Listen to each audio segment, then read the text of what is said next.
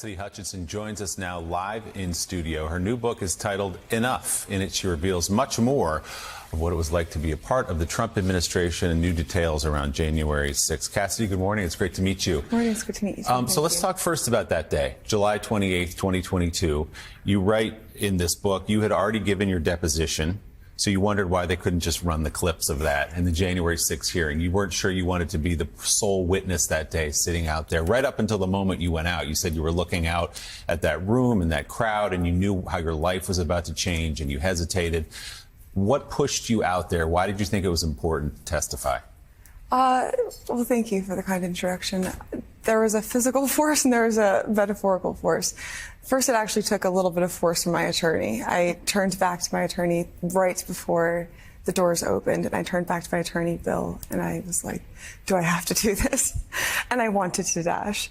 I just had this last minute surge of anxiety, and he said, yes, and really pushed me out. But, you know, I also knew that it was important to be there that day. I knew it was important to have a voice that would be able to speak truths to what actually happened inside the West Wing that day. And that was a conversation I had with Congresswoman Liz Cheney the nights before the live testimony. And you know, it was this really profound moment for me when she said that it's important for women and little girls to see that we can have people and women who speak truth to power. And I think that we're in this era where we are in this crisis of accountability, and to have somebody that's there that can speak to those truths, it was important. I knew it was. I was just a little bit nervous to do so. Of course, understandably so. What really strikes you reading through this book, and there's a ton of new stuff in here as well, is that were you 24 on January 6th? 24 years old. You're 24, and all these alleged leaders, most of them men, throughout the West Wing, in the Capitol, who'd been around Washington for a long time, as they were cowering, you were the one sort of running around saying, we have to do something here. This is going to get bad. This is going to get ugly. And indeed, it did. What was it like for you in those moments, in those days, to look around and Mark Meadows, your boss, a guy you knew and respected for a long time, was literally sitting on the couch saying, the big guy, Trump, doesn't want us to do anything. And you said, okay, the chief of staff isn't going to do anything on January 6th. This is on me, a 24-year-old aide. What did it feel like to have that pressure on your shoulders that day? You know, I didn't look at it like that at the time because the job itself for a lot of people that work in a White House, and Jen, I know that you have experience with this as well. Yes, I do. But we've had a lot of similar experiences. Me, not on the grand scale as you, but yes, a lot of comments. It's apples to oranges, but you know, in that job, looking back with hindsight, I see it from a different perspective now. But in those days, I saw it as my job to be the person to get things done no matter what it took. So in those moments, I saw it as my duty and obligation just to help Mark be able to facilitate something so we didn't have a bigger crisis that day. Looking back now, you know, I see that there is a lack of leadership, and there was a lack of leadership that day.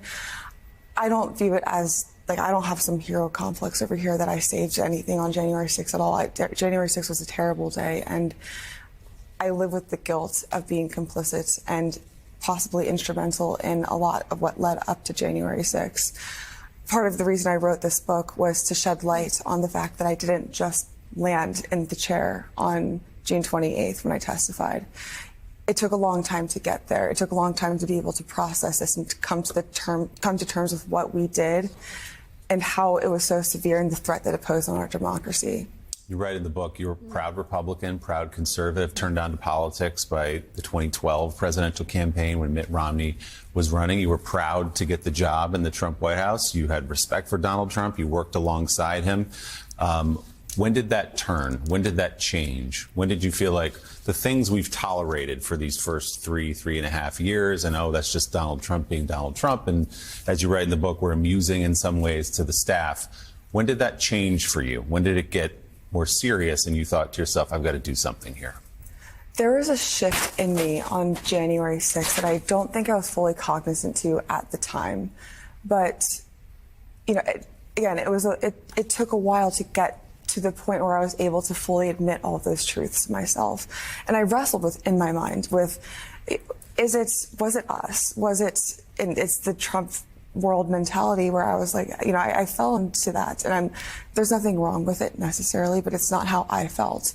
And it really was that year and a half between the administration ending and going to testify and being more forthcoming with the committee that I realized that I wasn't going to be able to live with myself, because this wasn't the Republican Party that I felt like I was a part of. This isn't the public service that I had seen myself, that I had envisioned a career being with. So, I think that the points of reflection that I've had helped bring me to these moments, but I'm still working through a lot of those things. The moments in the book, and we heard them in your testimony, when Mark Meadows, his cowardice that day, his weakness that day, inability to do anything. You, on page 321, you say, Mark needs to snap out of this. He needs to care. Were you surprised by his cowardice on that day? Was that the guy you had known? When I looked in the moment, I also deliberately tried to write the book alongside my collaborator, Mark Salter, who is a phenomenal human being and was able to help pull this story out of me in ways that I would never have been able to do on my own. But I tried to write the book in real time, how I was actually thinking in those moments. In those moments, I wasn't necessarily thinking that Mark was being a coward. I was thinking, is he shocked? Is he stunned? Does he not know what's going on? Does he not know what he can do? How can I help him? Is he scared? Again, I don't want to speculate about his mindset that day. I don't know exactly how he was feeling that day. I would want to leave that to him, and I don't want to self-assign adjectives to how he may or may not feel that he was being. I'll leave that to the experts to do. But I was more alarmed and upset, and I felt for him, because he was the chief of staff, but he also was sort of instrumental in these moments too. And at the time, how I saw it, a chief of staff is only as good as the people who serve him. A president is only as good as the people who serves the president. Yeah. Well, it was, in your book and all the reporting we've had too, he just, whatever Donald Trump needed, that's what he did. And it came to a head on that day, on the 6th. Mentioned Liz Cheney throughout this process, before your testimony, during it, and after, as an inspiration to you, and then one of the few people who was by your side and you could confide in. How critical was Liz Cheney in getting you to testify, and how good a strong of an ally was she? Liz Cheney is the leader that we all need to aspire to be, and she is the leader that we need as a country to come together and find people to elect people like Liz Cheney. Liz Cheney has a spine of steel, and she also cares deeply about this country. I think seeing Liz Cheney sit on a dais with several Democratic members of Congress goes to show how dangerous of a moment that we are in as a country. I would like to think that without Liz Cheney, I still would have come to this moment, but I know that I came to this moment because of Liz Cheney. I am forever indebted to her for that and helping get me to where I am today. Joe. That is great to hear. Hey, Cass, before we let you go, you were talking before about Trump knowing that he had lost. And there was that Rose Garden moment after the Supreme Court decision. And he said to you, I don't want people to know I lost, right? He said that to Mark Meadows. I was standing catty corner to Mark Meadows. Mark Meadows and I were leaving the residence. We were at a Christmas reception, and then the president was going back to the residence from the Oval Office. So I was with Mark, stepped behind Mark, and this was a conversation between the president and Mark Meadows. Where the president said, I don't want people to know. That the president pushed back. I don't want people to know we lost, Mark. This is embarrassing. He said, figure it out. That is so Trump, by the way. I don't want people to know I lost. This is embarrassing. And trade the entire country in for his embarrassment. Anyway. Absolutely incredible. All right, Willie. The new book is titled Enough. It is on sale now. Cassidy Hutchinson, it's great to meet you. We did not get to the White Claws or the baby oil in New Jersey. People are going to have to read the book. They've only scratched the surface. Cassidy, thank you so much for being here. Thank you for your testimony, and thanks for telling your story. Thank you for having me.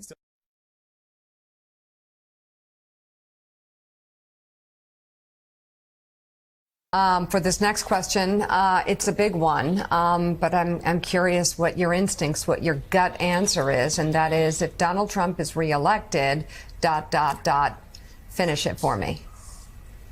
I think that we need to do everything we can as a country to have productive conversations this next year to make sure that the closest that Donald Trump ever gets to the White House again is when he reports to the federal courthouse in Washington, D.C. for his trial.